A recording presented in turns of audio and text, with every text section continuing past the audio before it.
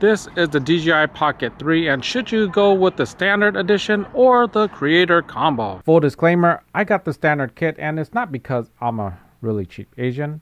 However, this video is not about me, it's about you. What should you get? So the difference between the standard version and the creator combo is that the standard version comes with this quarter 20 mount right here, the gimbal, this case. With the creator combo, you're gonna get a lot more than this. You get a tripod, you get a mic, you get a battery pack, you get a case, you get a wide angle lens. If you notice, you only have to pick out two of these, like the battery pack and wide angle lens, and you're nearly at $150 in savings. That mic 2 is probably going to come in at $80, which puts you over $100 total with everything included.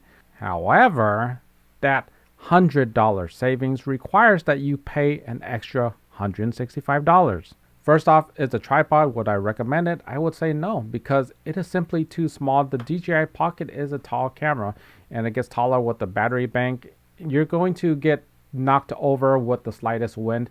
And check this out. This is a DJI tripod base from one of their handheld gimbals for phones.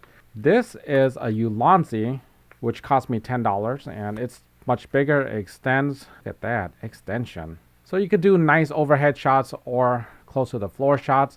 And probably my favorite one that I'm going to be using is this little bendy leg one. Because it can bend its legs, the base is already larger than the one that comes with the creator combo, and on top of that, this thing costs $2.50 on eBay. Next up is a carry case for $35 and a little case for $35.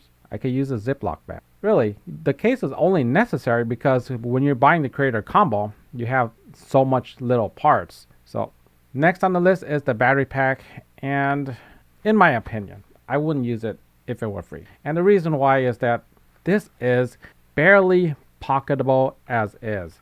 You add on to this silly piece right here, this quarter 20 mount accessory that comes with the standard kit, and it's already too big, as you can see right here. I just want to keep this thing simple. And by the way, the DJI Pocket 3, I've been recording off and on for the past few hours, and it shows right here I still have 78%. The battery life is so good, and on top of that, it charges extremely fast. I believe it was taking in like 25 watts of charging power, so it already has a good battery life. It already charges really fast. Why do you need a battery pack? Next up is the mic 2, and the receiver is built inside the gimbal. This camera has the receiver in it. It is all seamless. It is the perfect setup. That said, this is a proximity sensor type of camera. It belongs very close to you. You don't want this far away because it's a 20mm wide angle lens, and I can just move away and you can see all that distance that's created because it's a wide angle lens. So you don't have to be far from this camera. When you do travel videos of a distant city, are you really going to be talking and describing the place? I know I could hardly walk and chew gum at the same time. Walking and talking is not something I'm personally good at, but I know some extroverts are really good at that type of thing. And there's a genre of people that do walking videos, and they walk, they record their surroundings, and all they're using is the internal microphones to record the ambient. I think that many people that are buying this device, they're not going to be pointing the gimbal at their own face. Instead, they're going to point the gimbal at their surroundings and record in that manner. And for that, you don't really need a wireless microphone. When using close proximity type cameras, I've never really used it with a wireless microphone. And the only time I do use it with a microphone and talking at the same time, it's a wired lavalier. And you don't have to worry about charging an extra device.